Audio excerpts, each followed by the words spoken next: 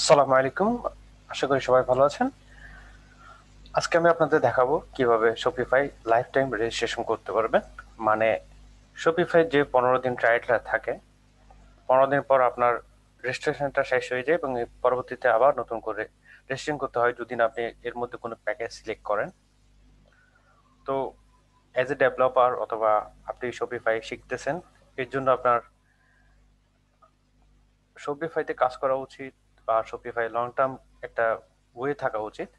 এবং শপিফাই সবচেয়ে বড় সুবিধা হলো এটাই যে ওরা আপনাকে সেই সুযোগটা দিচ্ছে।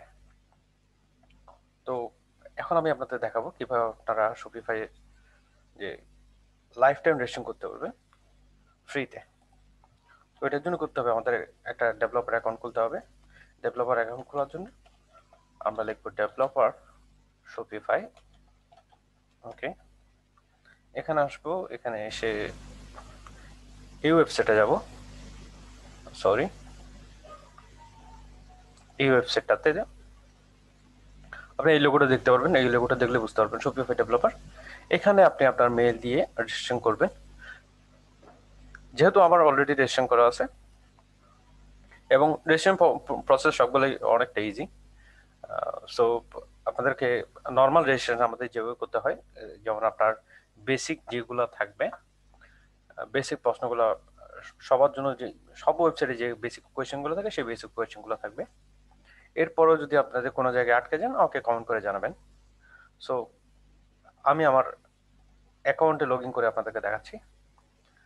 অ্যাকাউন্টে লগ ইন করার পর অ্যাকচুয়ালি আপনার এই ধরনের একটা প্ল্যাটফর্ম পাবেন। এখানে দেখা যাচ্ছে এটা হচ্ছে আমার ডেভেলপার অ্যাকাউন্ট। এখানে আপনি আপনার ইচ্ছা মতো যত খুশি তত ডিজাইন করতে পারবেন। দেখেন আমি এই অপশনটাতে গিয়ে দেখা যাচ্ছে আপনাকে।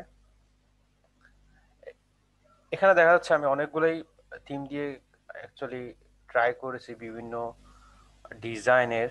আপনারাও ট্রাই করতে পারেন ফ্রি থিম দিয়ে, প্লাস আপনাদের পেইড থিম যদি থেকে থাকে পেইড থিম দিয়ে ডিজাইন করতে পারেন।